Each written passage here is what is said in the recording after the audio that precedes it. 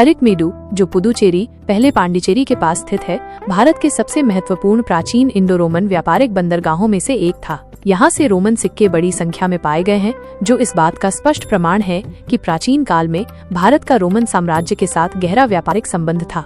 अरिकमेडु में पाए गए रोमन सिक्कों की मुख्य बातें। पुरातत्वीय साक्ष्य।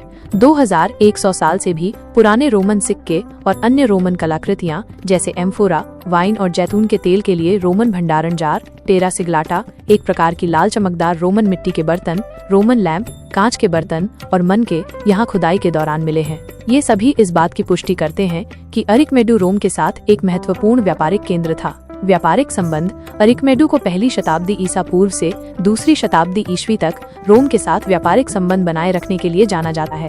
इस व्यापार में मसालों, वस्त्रों, विशेषकर मलमल और अर्धकीमती पत्थरों का आदान प्रदान होता था। ऐतिहासिक महत्व। रोमन सिक्कों की खोज, विशेष रूप से सम्राट ऑगस्टस के चित्र वाले इंटाग्लियो उत्कीर्ण रत्न, यह दर्शाते हैं कि रोमन व्यापारी सीधे अरिकमेडु तक आते थे। यह उस समय के समुद्री व्यापार मार्गों और सांस्कृतिक आदान प्रदान को समझने में महत्वपूर्ण भूमिका निभाता है। उत्खनन। अरिकमेडु में पहली महत्वपूर्ण खुदाई 1945 में मॉर्टिमर व्हीलर द्वारा की गई थी, जिन्होंने एक गोदाम और रोमन मिट्टी के बर्तन जैसे महत्वपूर्ण संरचनाओं की पहचान की।